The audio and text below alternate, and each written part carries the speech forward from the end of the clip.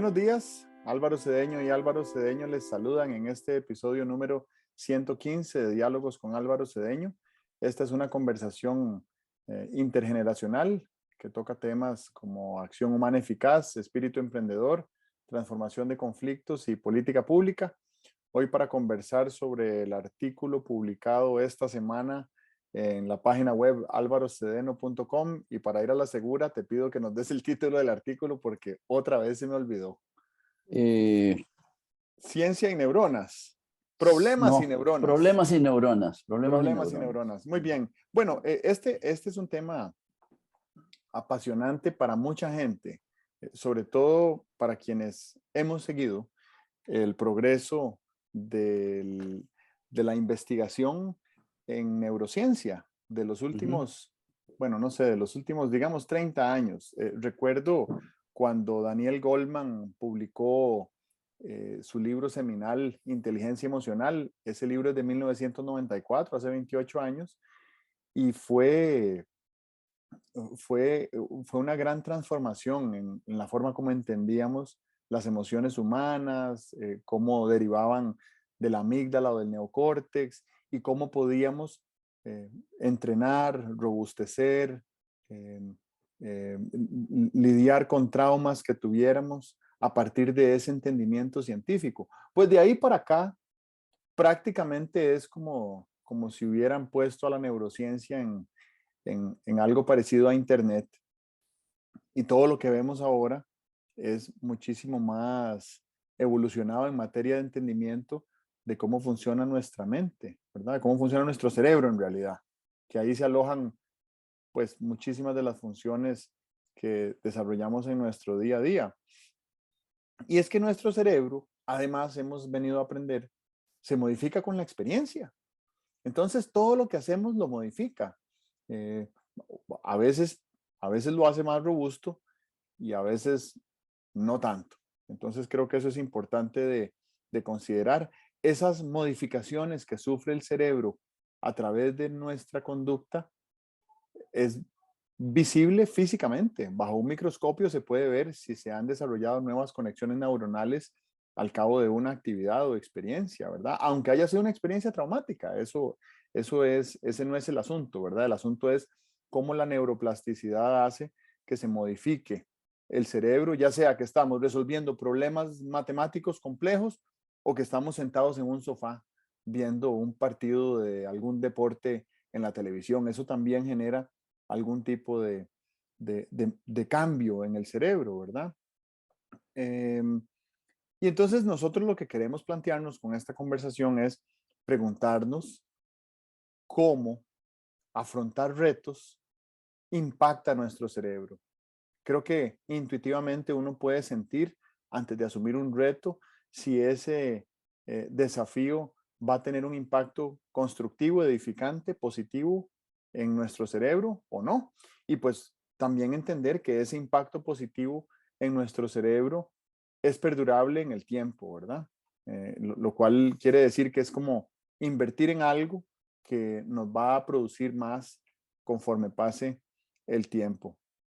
Y entonces esto nos invita a reflexionar sobre el valor que le damos a las dificultades, porque las dificultades se pueden convertir en en un playground, en una sala de juegos, en un laboratorio experimental para desarrollar nuestro cerebro, ¿verdad? Cuando uno va al gimnasio a hacer ejercicios y a hacer pesas y a fortalecer los músculos, eso es un desafío. Es más, cada minuto que está uno en el gimnasio es desafiante. Si no es desafiante, uno sabe. Es más, hasta se lo van a decir los instructores y lo ven por ahí tratando de hacer el mínimo esfuerzo. Eso no le está sirviendo para nada, ¿verdad? Tiene que hacer un esfuerzo que realmente saque a ese brazo de su zona de confort y a esos músculos los posicione en un estado donde puedan eh, eh, crecer las fibras musculares, densificarse las fibras musculares o hacerse más explosivas, ¿verdad? Depende de lo que uno quiera trabajar el músculo. Y bueno, estamos aprendiendo que con el cerebro funciona de alguna manera parecida. Todavía no sabemos tanto del cerebro como sabemos de la musculatura, pero creo que esto nos da pie para por lo menos sostener esta conversación. Te cedo la palabra para que nos hagas tu abordaje introductorio. Bueno, yo creo que tal vez la gran maravilla que la neurociencia ha aportado es ese concepto que mencionabas de la neuroplasticidad. Eh, Pensar que el cerebro es un órgano que es como es y que no se modifica, me parece que es ignorar ese gran descubrimiento de la neuroplasticidad, ¿verdad? Que los experimentos que hacen pues son posibles a partir de la nueva tecnología que hay para mirar lo que está ocurriendo bioquímicamente, eléctricamente dentro del cerebro, ¿verdad? Eh, Sabíamos desde hace mucho tiempo que pensamos, reaccionamos, sentimos a partir de un conjunto de neuronas. Y las neuronas, pues son unas células bien llamativas, ¿verdad? Que están interconectadas entre sí con axones y con dendritas. Pero además, la interconexión no es una interconexión física, ¿verdad? Bueno, vamos a ver qué quiero decir. No es una interconexión como cuando uno empata un cable con otro, sino que hay dos puntas de cables y están alejadas físicamente, pero se comunican entre sí mediante procesos bioquímicos. Y eso es una maravilla, ¿verdad? Bueno, pues no solo existe a raíz de las experiencias esa intercomunicación entre los cables, sino que existe también como el, la formación, yo me lo imagino así, como de unos circuitos, ¿verdad? Vamos a ver, si, si tú no juegas ajedrez, hay unos circuitos que no tienes y cuando tienes que ponerte, alguien te explica cómo mover las piezas y tal, los circuitos no existen, entonces te cuesta mucho entender cómo es que se juega ajedrez. Pero si tú juegas ajedrez, al ir jugándolo, practicando y tal, se han ido creando como unos circuitos. Yo me los imagino eh, como canales de comunicación que no estaban, pero que puesto que te pusiste a jugar ajedrez o te pusiste a jugar tenis o te pusiste a estudiar filosofía, se fueron creando esos circuitos. Por eso le cuesta más estudiar filosofía al muchacho que está en sus primeras semanas de clases que al que ya tiene un año de clases y ha leído y le han preguntado y ha hablado con los compañeros y ha replicado al profesor y el profesor lo ha persuadido de que está equivocado o que está en lo cierto y tal.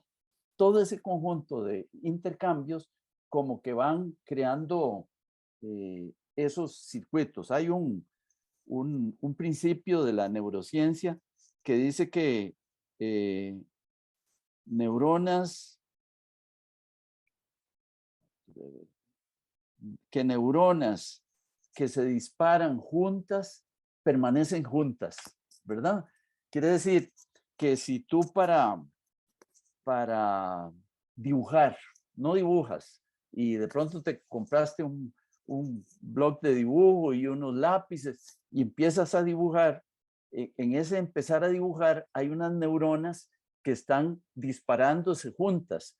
Y si tú continúas con la práctica de ir dibujando, esas neuronas que se disparan juntas permanecen juntas. Y entonces ya no tienen que buscarse entre sí en el disparo, sino que existen como circuitos de disparo cuando tú tomas el lápiz y empiezas a dibujar.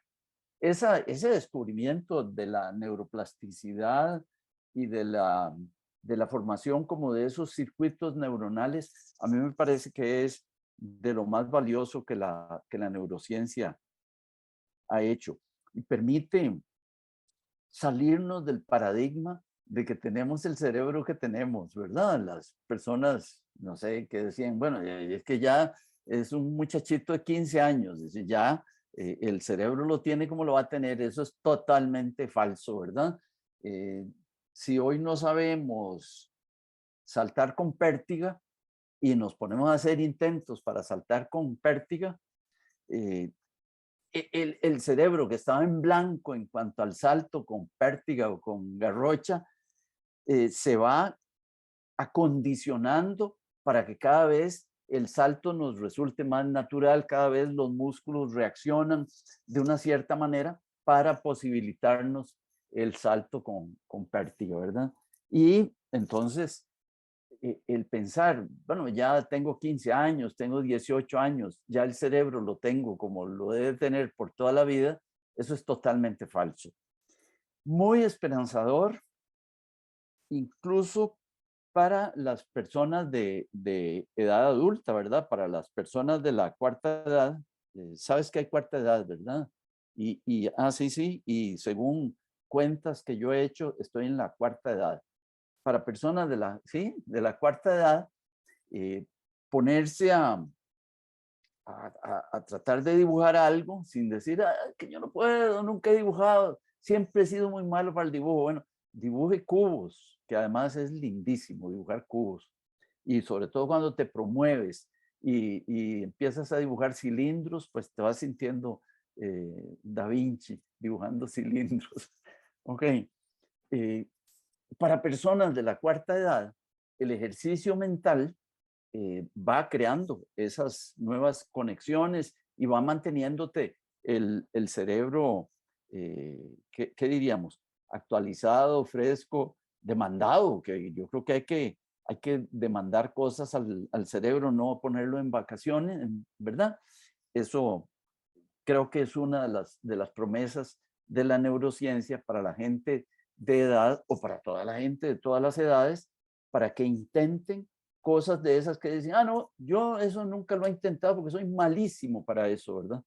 Ok, bueno, ahí está abierto ese panorama muy interesante, que a mí me parece que realmente lo que estos tiempos actuales nos están ofreciendo como expectativa es una maravilla, es como para no aburrirse. Ahora que interrumpiste, pues los que nos están viendo no supieron de la interrupción. Dijiste, voy a ir a cerrar la puerta. Y te paraste a cerrar la puerta y tardaste 2 minutos para cerrarla. Esto nos permite 2 segundos, tal ilustrar vez. 2 segundos. ¿Qué dije? 2 minutos. 2 segundos. Ok, en volver. Eh, una persona que que ha tenido un accidente vascular cerebral, lo que llaman un ataque cerebral, un derrame cerebral, y cuyo resultado ha sido que han quedado interesadas algunas áreas motoras y tal, no podría decir, voy a ir a cerrar la puerta y, y ya regreso, porque primero posiblemente no encontraría la puerta, tendría que ver cómo es que se cierra la puerta, tendría que dar unos pasos muy pensados para llegar a la puerta, hacer el ejercicio de tomarla y cerrar y tal y cual. Y, esto lo que viene a demostrar es cuánta cosa hacemos de manera inconsciente que se debe a todos los aprendizajes que hemos ido haciendo a lo largo de la vida, aprendizajes muy sencillos, bueno, aparentemente, como caminar, como tomar una puerta, como tirar de la puerta para que se cierre, etcétera. Realmente el conocimiento, la habilidad para discurrir dentro de la realidad que tenemos por nuestra experiencia acumulada en el cerebro es una maravilla que solamente reparan en ella los que, por ejemplo, tienen eso, una hemorragia cerebral y tienen que volver a aprender, no sé, cómo amarrarse los zapatos, cómo dar 4 pasos seguidos, etcétera. Entendido, muy interesante. A mí me cautiva mucho este tema, como decía en la introducción, porque desde hace muchos años que he estado leyendo sobre emociones. Y la pesquisa me ha llevado a aprender sobre hábitos, ¿verdad? Bueno, incluso desde antes del libro de inteligencia emocional, ya Stephen Covey tenía su libro tan conocido de los 7 hábitos de gente altamente eficaz. Y entonces en la búsqueda de hábitos uno se da cuenta de que al construir un hábito, hay gente que dice, que se construye un hábito en 25 días, en 30 días, en 40 Ujú. días. No importa. El asunto es que si uno construye un hábito y el hábito efectivamente lo practicamos, Sí, el hábito nos construye a nosotros. Entonces es como si nuestro cerebro tuviera la capacidad de autoprogramarse. Bueno, la tiene. Y los hábitos son eso, ¿verdad? Hagamos la analogía con una computadora. ¿Cómo sería una computadora que dijera, yo creo que necesito un software para poder eh, medir las condiciones meteorológicas? Y entonces se lanza la misma computadora a diseñar ese software a partir de lo que cree que necesita, y como tiene capacidad de aprendizaje, entonces hace un prototipo de software, y ese prototipo de software va creciendo con el tiempo. Así son los hábitos y así funciona nuestro cerebro. Nosotros decimos, ay, qué ganas de estimular la hiperproductividad. Y bueno, ¿qué se necesita para ser una persona más productiva? Bueno, aquí hay unas recomendaciones, que es, no sé, eh, levantarse todos los días antes de que salga el sol, o tomarse no sé cuántos vasos de agua, eh, o lavarse los dientes con la mano contraria, ¿verdad? Entonces uno se levanta en la mañana y se lava los dientes con la mano contraria, y la primera vez es dificilísimo, se golpea la claro. encía y todo. Pero después de 100 días de lavarse los dientes con la mano contraria, de repente llega al baño en la noche a lavarse los dientes y le resulta indiferente. A veces hasta se confunde con cuál mano lavarse los dientes. Y el simple hecho de lavarse los dientes con la mano contraria en la mañana hace que el cerebro tenga como un inicio de su día consciente y activo, con unas nuevas conexiones neurológicas que no existían, que se acaban de crear en ese momento. Ujú. Y que se van robusteciendo y que van acompañando a toda la demás dinámica que tiene el cerebro a lo largo del día, e incluso de la noche. Entonces, ¿cómo escogemos cuáles son los hábitos que queremos desarrollar en función a lo que querríamos desarrollar en nosotros mismos? Creo que eso es muy importante, y esta rama de la neuroplasticidad lo que nos demuestra es que hasta las ideas que tenemos modifican nuestro cerebro. Eh, para poner un ejemplo, yo digo, qué bonito sería escribir un libro. Voy a poner a escribir un libro, y voy a escribir un libro, y quiero que ese libro sea sobre un viaje que hice, que fue maravilloso. Y entonces tengo que construir los personajes, y tengo que construir la escena, y tengo que buscar cuál es el conflicto y cuál es el clímax y el desenlace y demás. Y en el simple hecho de pensar en crear ese libro, la forma como mi cerebro reacciona es muy parecida a cómo reaccionaría mi cerebro si ya hubiera terminado el libro. Y eso es increíble, ¿verdad? Es Sí, increíble sí. también que uno que, bueno, yo que soy muy aficionado al fútbol, aunque ya no tengo tanto tiempo para ver fútbol, pero ver un partido de fútbol y un jugador del equipo con el que uno simpatiza mete un gol, y uno celebra con euforia, y nuestro cerebro se comporta de una manera muy parecida a cómo se comporta el cerebro del jugador que metió el gol. Y eso a mí me parece que es fascinante, porque entonces, ¿cuál es el límite? ¿Verdad? ¿Cuál es el límite? Yo voy a celebrar los goles como si lo hubiera metido yo, porque para mi cerebro da lo mismo, ¿verdad? Ujú. Eh, Otra cosa, la programación neurolingüística, ¿verdad? Que es más o menos esto, pero en sencillo, ¿verdad? Si yo soy capaz de contar, puedo contar desde 1 hasta 100. ¿Cuántas veces contamos desde 1 hasta 100? Y nunca. Las niñas cuando están aprendiendo a contar, sí, de repente de un día se tiran a contar de 1 hasta 100 y al día siguiente otra vez. Pero definitivamente nunca nadie hizo el esfuerzo de contar desde 100 hasta 1. Ajá, sí. Y contar desde 100 hasta 1 requiere de una concentración. Uno dice, es facilísimo. Bueno, hágalo.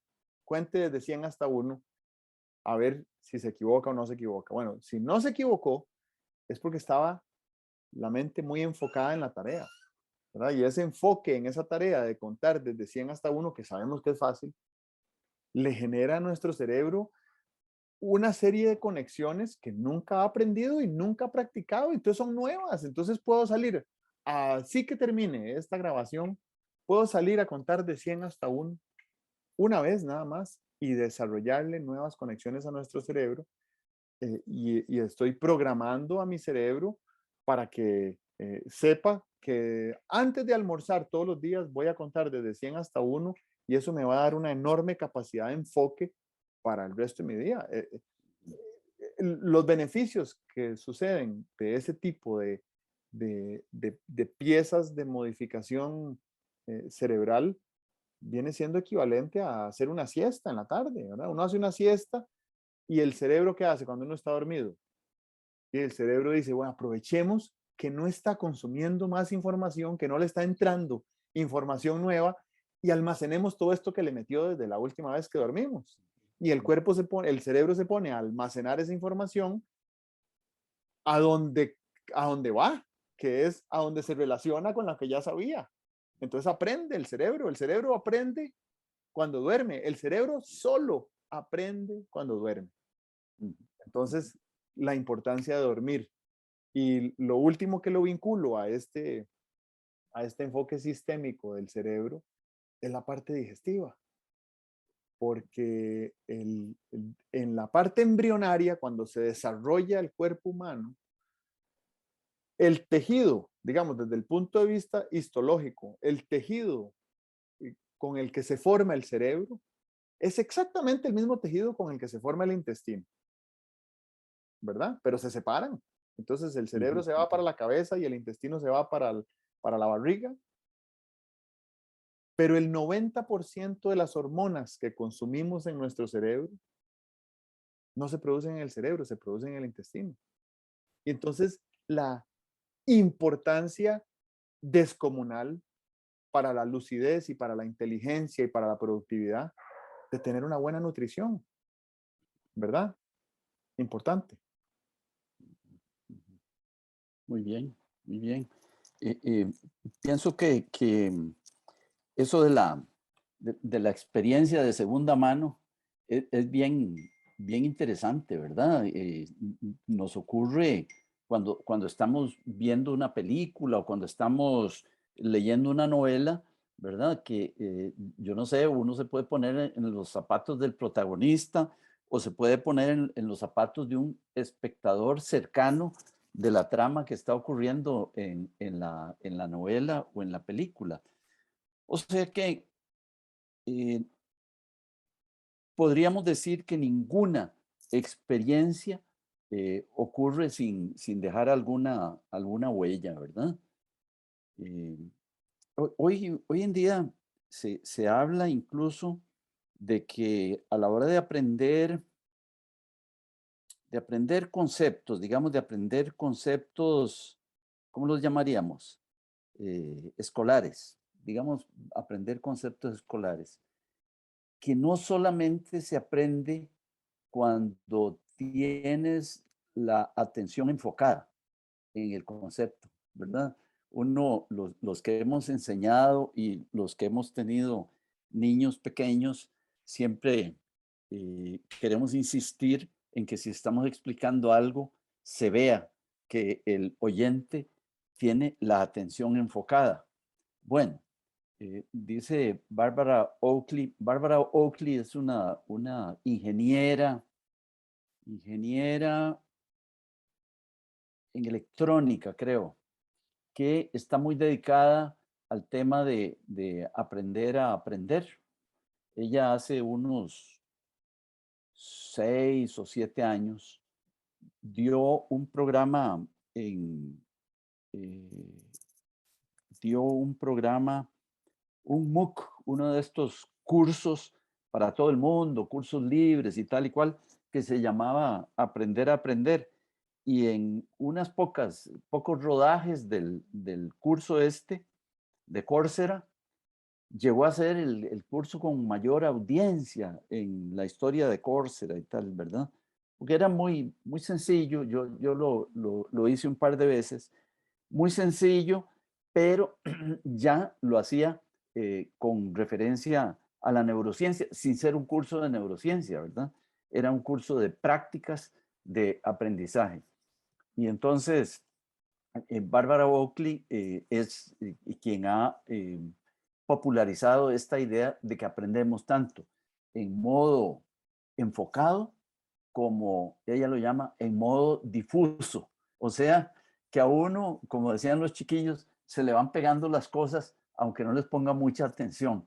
Y eh, eso creo que es muy útil, por ejemplo, cuando con el tipo de música que hay en la casa, ¿verdad? Usted no tiene que llamar a los niños y sentarlos en un banquito ahí a que oigan a Mozart, ¿verdad? Pero si en la casa eh, oyes a Mozart, los niños no pueden evitar de alguna manera sintonizar en modo de atención difusa con Mozart. Y bueno, eso no sé qué causará, porque mi gran inquietud, y cada vez que veo un artículo de neurociencia, pienso que un día va a venir esa respuesta. Mi gran inquietud es si sería posible que nos dijeran las cosas que aprendemos, ¿qué posibilitan como aprendizaje futuro? Imagínate lo siguiente. Bueno, ya sabes muy bien que a mí de vez en cuando me gusta jugar bolero. Ok, jugar bolero, pues hace una modificación neuronal, o jugar trompos, o jugar naipes, o jugar ping-pong, hacen una modificación neuronal, ¿verdad? Jugar ping-pong, si uno es estudiante de colegio, ¿qué cosas le facilitaría el aprendizaje del ping-pong? A lo mejor ninguna. A lo mejor le facilitaría eh, el aprendizaje de algunos temas de la física, ¿verdad?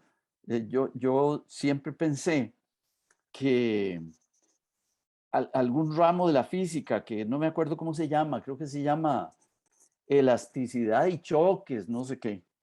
Esa cosa yo creo que uno la aprende con mucho mayor facilidad si ha jugado pool que si no ha jugado pool, ¿verdad? Porque el rebote de las bolas de pool, pues depende de la orientación, de la trayectoria del tiro, de dónde pegues la otra bola, de con qué fuerza le das, etcétera, el ángulo de rebote y tal, está ilustrado en el pool. Entonces, supongo que jugar pool pues te puede servir inmediatamente, así sin mucha neurociencia, para entender todo ese cuento de los, se llama colisiones y rebotes, no me acuerdo cómo se llama en física esa cosa, ¿verdad?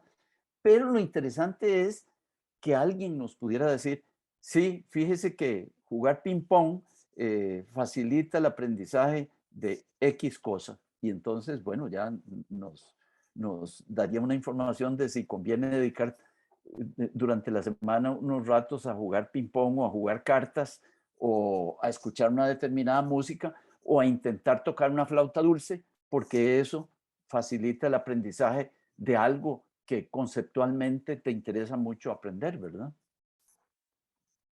Bueno, y es que estás hablando de algo que leí hace un par de noches en un libro fascinante, que es una historia muy bien contada sobre el nacimiento de la ciencia de la complejidad. pero no estoy Ajá, preparado para hablar del tema todavía ajá, porque está ujú, muy crudo el libro, pero sí, está explicando el autor que en los años 50, cuando en el Instituto de MIT en Estados Unidos se desarrollaban los primeros algoritmos genéticos, ¿verdad? Que aprendían porque incorporaban nuevos datos, eh, empezaron a entender los científicos que había una diferencia entre intelecto y cognición, ¿verdad? ajá, Entre lo que tenemos aprendido y para qué sirve, ¿verdad? ujú, El intelecto de un ingeniero es una capacidad de eh, visualización, planificación, ejecución de una obra que no existe. em, y cognición en la capacidad de aprendizaje. Puede ser que uno sea un ingeniero muy bueno, pero que por alguna razón haya tenido un accidente de algún tipo neurológico que le impide aprender, aprender. Ujú, ¿verdad? Entonces tiene una dificultad cognitiva, pero no tiene problemas intelectuales. Entonces eso creo que es interesante para meterlo en eso que estabas diciendo de para qué sirve lo que ya tengo, ¿verdad? sí, sí, Eh, ujú, pero también preguntarse, ¿cómo hago para aprender más? ¿Qué más puedo aprender y cómo? Eh, y esto me lleva a contradecir la frase que hemos tenido aquí siempre, yo lo recuerdo esto desde niño, que le decían a uno que nadie aprende en cabeza ajena. ujú, ujú, Y yo desde hace muchos años, sobre todo los años que trabajé en el sector público, siento que es posible aprender en cabeza ajena. ujú, Y es deseable aprender en cabeza ajena. Uno no quiere que llegue un nuevo presidente de la República a tener que aprender todo nuevo, porque es muy sí, costoso para todo el país. sí, Uno preferiría que ese presidente hubiera puesto atención a los aciertos y errores de sus predecesores y pues apoyarse en esos aciertos y evitar esos errores sin tener que aprender a punta de golpe en cada una de las nuevas, de los nuevos intentos que hace por administrar, ¿verdad? Y entonces, en eso lo que me pongo a pensar es, ¿de qué manera podemos aplicar esta idea de que es posible y deseable aprender en cabeza ajena para aprender más? Es que prácticamente en cada intercambio que tengamos con otro ser humano, si tenemos la actitud y la prestancia de ánimo y, e incluso pienso que la metodología discursiva para dialogar con esa persona, podemos aprender un montón de lo que esa persona ya vivió, claro. ¿verdad? Sí. Entonces, eso me parece que también es importante. Qué llamativo eso que dices. Fíjate que yo no he leído muchas biografías, pero las biografías siempre me cautivan. Eh, bueno, cuando uno lee una biografía, la lee de una persona que admira. Yo no leería una biografía de alguien que no, yo no leería una biografía de Stalin, por ejemplo, ¿verdad? Eh, Cuando lees una biografía, tienes de arranque como la admiración por la persona. Y entonces el, la actitud con la cual vas leyendo cómo se iba desarrollando su vida, lo que iba haciendo y tal y cual, es una actitud admirativa que creo yo que facilita como ese aprender en cabeza ajena, ¿verdad? Ese aprender en cabeza ajena que tiene un nombre muy bonito, que se denomina experiencia vicaria, experimentar en otro, ¿verdad? Es posible tener una experiencia vicaria y me parece que en una biografía uno aprende de la persona sobre la cual está leyendo, pero también en una novela, ¿verdad? En una novela donde el personaje es totalmente ficticio, también aprendes de ese personaje ficticio y lo sigues teniendo en la mente. Eh, eh, Eso, por cierto, es una de las maravillas de la literatura. O sea, la literatura puede ser pura diversión o la literatura puede ser formativa. De ahí la importancia de leer unas cosas que tengan un contenido formativo, porque yo creo que aprendes mucho más sobre un personaje ficticio de fantasía de una novela que si te están predicando sobre los valores de una persona que no están encarnados en ese personaje. Em, ¿Cómo es que se llamaba aquel autor del libro que se llamaba The Art of the Possible?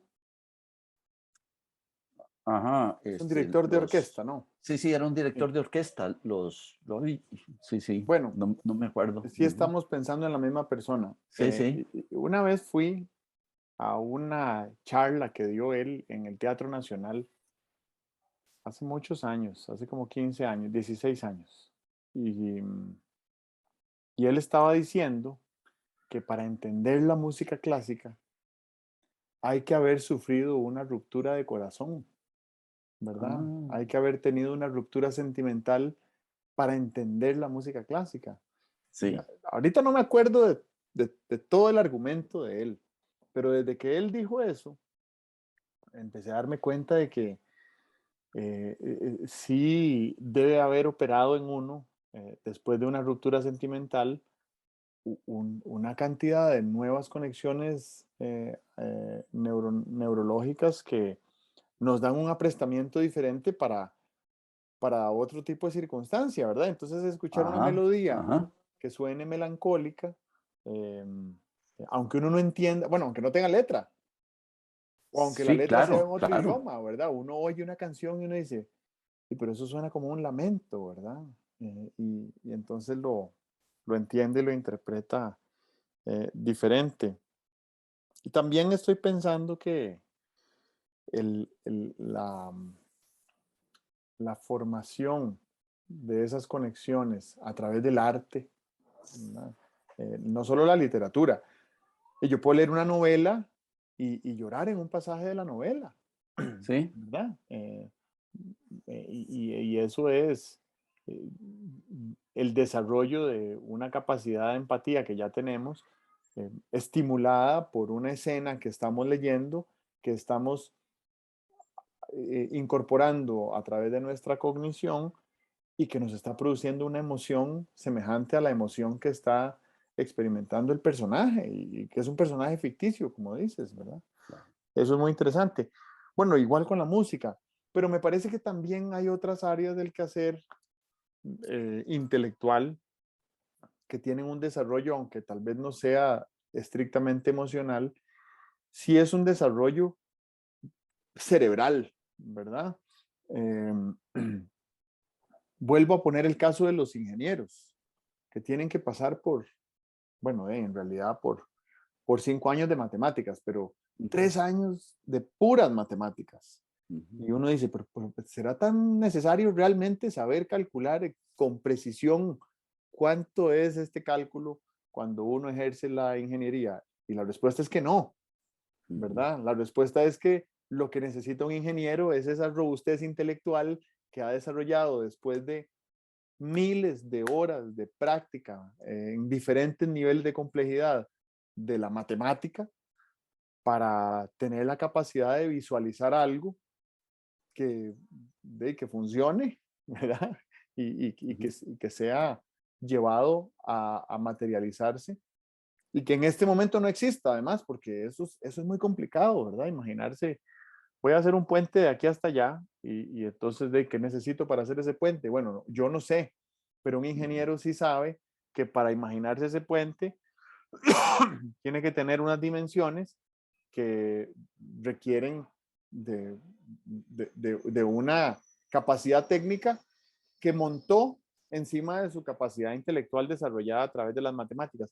Igual para un científico, eh, un entomólogo, un experto en insectos. Un experto en insectos, eso es un entomólogo. Sí, sí. Ujú. Es que estaba pensando, ok, es que conozco un entomólogo que además es especializado en hormigas, entonces además de entomólogo, tiene otra Es especialidad. Wilson. Sí, sí, sí, sí, sí. Ujú, sí. Eh, un entomólogo primero que todo es un científico, Ujú. ¿verdad? Y entonces como científico, intelectualmente aborda todos los fenómenos que ve a través del método científico, ¿no? Y eso es, bueno, nos da rigor. A mí me parece que el rigor técnico con el que el ser humano ha venido construyendo el conocimiento a lo largo de milenios es muy importante. Y uno lo ve en el discurrir de la gente cuando ha pasado por enseñanza de la ciencia, enseñanza seria de la ciencia. Y por seria no quiero decir universitaria, seria puede ser colegial o incluso escolar, pero Sí. que se lo ha tomado con seriedad Ujú, y ujú. que ha aprendido el concepto del método científico. Y entonces en ese discurrir de esas personas se nota cuando hilvanan ideas que respetan al menos esos parámetros del método científico, ¿verdad? Pero podemos aplicarlo esto a prácticamente cualquier profesión u oficio. Em, ¿Cómo cambia el discurso de una mujer después de que es madre? Eh, Sí. la Ujú, experiencia es tan transformadora, ujú. ¿verdad? A tantos niveles que uno escucha un cambio en el discurso y en las ideas y en cómo se ve ella en este mundo. Eso, sí. Bueno, fíjate que ahora que estabas hablando de la formación de un ingeniero y tal, una pregunta que yo me hago hace mucho tiempo y un día se la, será respondida con base en ciencia en base en ciencia de la educación y en base con ciencias del cerebro. Por cierto, tú sabes que hoy en día se habla de ciencias de la mente, del cerebro y de la educación. Ese es el abordaje científico que hay que tener sobre la educación hoy en día. No es ser graduado en educación, sino, bueno, si es buen graduado en educación, tiene formación sobre la mente, el cerebro y la educación. Esa es la gran demanda hoy en día, porque a mí me parece que lanzamos en materia educativa, lanzamos muchos tiros al aire, ¿verdad? Tú tomas un texto de cómo se forma un médico, cómo se forma un ingeniero, cómo se forma un abogado, y es válido preguntarse, creo que antes lo hacías, todo esto es fundamental para la formación de un ingeniero. Eh, es fundamental para que pase los exámenes, porque le vas a preguntar lo que está ahí en ese texto de mecánica 1 o mecánica 2, ¿verdad? Pero será fundamental para que se convierta en un ingeniero. Entonces, tengo un amigo que me dejó esta frase tan importante. Dice que formar un ingeniero es enseñar a los chicos a pensar cómo piensa un ingeniero, ¿verdad? Y un ingeniero, hay cosas en las que nunca ha pensado. El edificio ese o el puente ese que se le plantea como asunto, él nunca ha pensado en eso. Él ha pensado en otros puentes, ¿verdad? Y ha pensado en otras vigas y ha pensado en otras estructuras. Entonces, la pregunta interesante es, ¿podríamos nosotros reducir el tiempo y el esfuerzo de formar a alguien en el propósito de aprender a pensar como piensa un ingeniero? ¿Lo podríamos reducir? Hombre, a mí de arranque me parece que sí, ¿verdad? Y a mí me parece que sí por lo siguiente. Cuando gradúas un ingeniero, él en el trabajo que va a desarrollar aprende una cantidad de cosas que es posible que te diga que en la escuela de ingeniería aprendió apenas la cuarta parte de lo que sabe después de su experiencia. Entonces, ahí lo que sería interesante es ver qué es lo que la escuela de ingeniería debió haberle dado para que él en esa práctica hubiera hecho el aprendizaje que hizo, ¿verdad? Y es de lo que se anda hablando en educación hace tiempo, que es que lo importante es enseñar a la gente a aprender, ¿verdad? Y enseñarla a aprender no quiere decir enseñarla a aprender todo lo que sabe la profesión en un determinado momento, ¿verdad?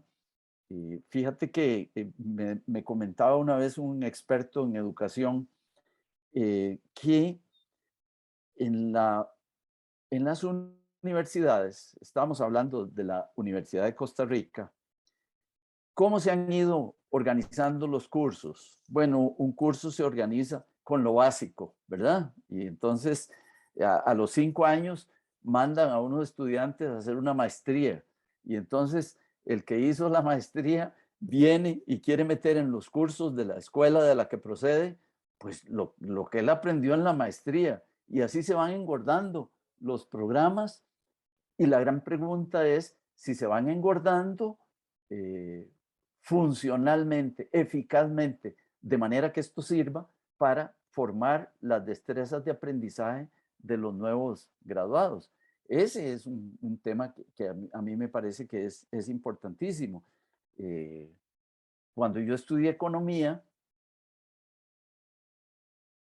el libro de Samuelson que usábamos, que se llamaba Principios de Economía, no me acuerdo, posiblemente contenía una gran proporción de lo que se sabía en la profesión de economía.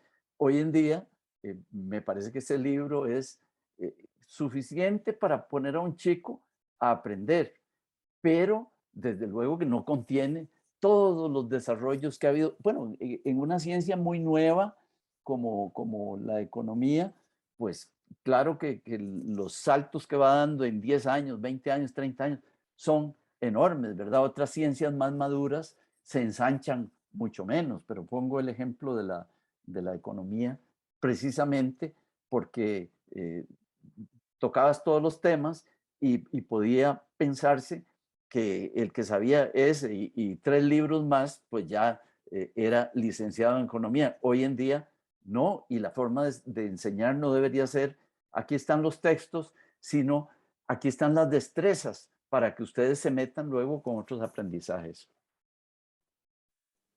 Dos ideas más para complementar lo que decías. Lo primero es sobre esta conjunción entre la mente, el cerebro y la educación a la Ujú, hora de preparar nuevos docentes, ¿verdad? De formar sí, nuevos docentes. Recuerdo en el año 2009, que fue el Mundial de Fútbol eh, em, para hombres menores de 20 años, que Costa Rica quedó en el cuarto lugar, llegó hasta las semifinales, ¿verdad? Jugó de todos los mismos, la misma cantidad de partidos que jugó el equipo que quedó campeón. Y fue un éxito rotundo, inusitado. Y al regresar al país, entrevistaron al técnico de esa selección, que era Ronald González, una larga entrevista que le hicieron en radio, y él explicaba que no teníamos la capacidad instalada como país de garantizar que en el siguiente mundial de esa ujú, misma categoría íbamos a tener resultados ajá, semejantes, ¿verdad? Prácticamente lo que estaba diciendo es, ni con la mejor planificación podemos ser así de competitivos siempre, ujú, ¿verdad? O sea, hubo algunos elementos ahí que intervinieron en que se diera un éxito mayor a la capacidad instalada que tenía el equipo y que tenía la Federación Nacional y demás. Pero fundamentalmente él se refería a que si nosotros queríamos tener la consistencia para poder llegar a competir entre los primeros 4 lugares a cualquier torneo de fútbol a nivel mundial, teníamos que modificar desde la manera en que se alimentan los niños en este país. ajá, Porque para cuando llegan a una escuela de fútbol ya tienen deficiencias alimenticias que no superan nunca. Y bueno, y por eso es que los grandes clubes europeos, cuando reclutan jugadores jóvenes sobre todo en Sudamérica, ¿verdad? Argentina y Brasil, que son semilleros, Colombia, Ecuador, los reclutan jovencitos de 15 años, pero no se los llevan, los dejan ahí con un plan de entrenamiento de pesas, con un plan alimenticio, con un tipo de acompañamiento que les permita evolucionar a donde necesitarían estar para que a los 20 años se puedan ir para Europa. Eso por ahí. Yo creo que a la hora de pensar en la educación, en el desarrollo de una nación, también deberíamos de pensar en lo básico, ¿verdad? Que es la alimentación. Estaba en una conversación hace un par de días en una zona rural acá en Costa Rica y había una discusión sobre qué tipo de educación ofrecerle a los niños de la localidad para que se desarrollaran destrezas en ellos que les sirvieran en el mercado actual o en el mercado que les va a tocar vivir. Y yo les decía que en este país, en zonas rurales o urbano marginales, hay muchos niños cuyos padres los mandan a la escuela no para que aprendan y desarrollen destrezas, sino para que tengan una buena comida al día. Entonces, si esa es la realidad, ¿cuál es la necesidad de un estudiante? La necesidad de un estudiante no es desarrollar destrezas para insertarse mejor en el mercado local, es tener una nutrición básica para empezar, porque sin eso no hay nada de lo demás, ¿verdad? Y entonces, quien quiera que haya sido que tomó la decisión en el Ministerio de Educación Pública de darle de comer a los estudiantes, tomó la decisión correcta. Y eso, ¿verdad? Deberíamos de pelearlo con mayor vehemencia cuando nos enteramos de que le recortan, como el año pasado, que le recortan el presupuesto al Ministerio de Educación Pública en ese tipo de gastos, porque de eso no nos mejora las destrezas para insertar a los Ajá. muchachos en el mercado actual, ¿verdad? Y si no hay una sana nutrición, no importa cuántas destrezas les demos, ni cuántas herramientas, ni cuántos iPads, ni cuántas computadoras por niño, no va a haber un resultado favorable de ese esfuerzo. Y lo segundo, tal vez con esto termino, tocando un poco lo que decías al final de tu última intervención, la especie humana, a diferencia de todas las demás especies, incluso de primates, tenemos una composición cerebral, porque no es un asunto de tamaño, es un asunto de composición, ¿verdad? El cerebro reptiliano y finalmente el neocórtex, que es como la parte, la modificación de hardware que recibió nuestro cerebro más reciente, hace como 200.000 años, que nos permite tener una capacidad de aprendizaje aceleradísima. Entonces el ser humano, a partir de que nace, empieza a aprender a donde están sus padres, ¿verdad? Entonces empieza a aprender a un nivel bastante avanzado, sea cuando sea que nazca. Diferente a como es, hemos dicho acá muchas veces, a mí este ejemplo me encanta, el ejemplo del castor. El castor es el ingeniero del bosque, puede hacer una represa mejor que tú o yo en un río, para mantener ahí a sus crías seguras, secas, para poderse reproducir. Pero las últimas 20.000 generaciones de castores han hecho exactamente lo mismo, ¿verdad? En cambio, el ser humano, a partir de que nace, yo tengo 2 hijas, esas hijas empiezan a aprender por donde yo voy, ¿verdad? Y entonces, pues la evolución entre una generación humana y otra es irreconocible. Y eso me parece que es, en buena parte, responde a la neuroplasticidad Claro. de esa condición que tiene nuestro cerebro de permitirnos aprender a alta velocidad, con altísima efectividad, ¿verdad? Muy bien.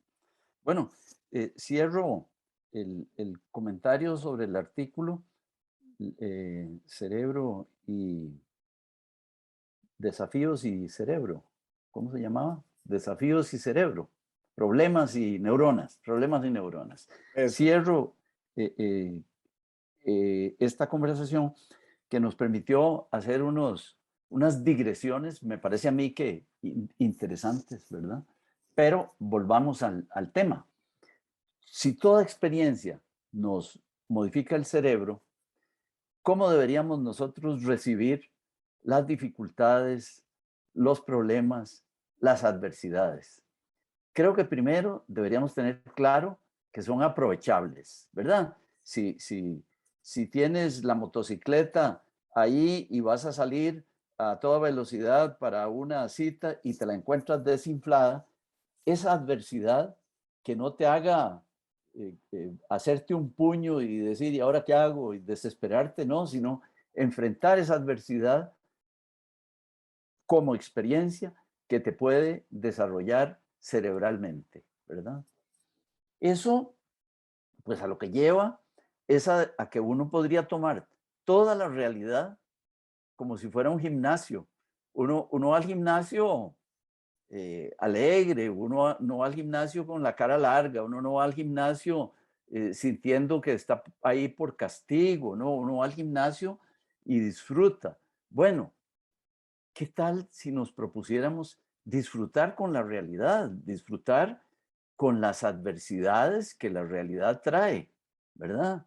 Eh, no creo que llegáramos a tanto como a aplaudir porque se te desinfló la bicicleta, ¿verdad? En el recorrido que estabas haciendo, pero tomártelo como un desafío que puede ser utilizable, ¿verdad?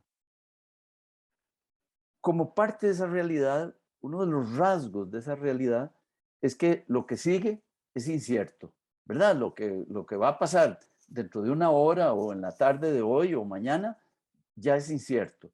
Y esa incertidumbre creo que tenemos el mal hábito de abordarla como si fuera una cosa negativa, ¿verdad? Como si preferiríamos que todo fuera predecible. No sé cómo sería nuestra vida si todo fuera predecible. Creo que algo le pasaría al cerebro, se iría achicando, iría perdiendo comunicación y tal y cual, ¿verdad? Pero entonces tomemos lo que sigue como incierto que es, pero demos la bienvenida a la incertidumbre. Así es, no la puedo cambiar, ¿verdad? ¿Cómo se le da la bienvenida a la incertidumbre? Creo que es el espíritu de aventura el que le da la bienvenida a la incertidumbre. El aventurero, y yo veo el aventurero de Nat Geo, se mete ahí en unos bosques a buscar quién sabe qué, no sabe lo que se va a encontrar, pero no va hecho un puño, es decir, no va abrazado al otro diciendo, uy, qué susto, quién sabe qué va a pasar, no, simplemente va abierto a lo que venga, va abierto a lo que venga, se ha preparado su mente, ha preparado su equipaje para ir abierto a lo que venga. Y va con una expectación positiva. Es decir, aquí, claro, nos puede salir el ¿cómo se llama? Aquel hombre de las nieves, ¿verdad? El abominable hombre de las nieves, pero también nos puede salir un mamífero que nunca hemos visto, nos puede salir un pájaro que nunca hemos visto y tal. Esa expectación afirmativa debería ser parte de nuestra vida. No sé qué va a pasar en la tarde, pero espérate que algo bonito a lo mejor vaya a ocurrir. Me parece que esa actitud es una actitud que le iría dando la bienvenida a todas las experiencias placenteras o adversas, ¿verdad? Y de esa manera estaríamos utilizando la realidad como un gimnasio, como un playground para ir desarrollando nuestro cerebro. Muy bien, muy interesante. Muchas gracias por esta conversación. Nos vemos la próxima semana. ¿Ok? Bueno, Que estés muy bien. nos vemos. Hasta luego. Chao.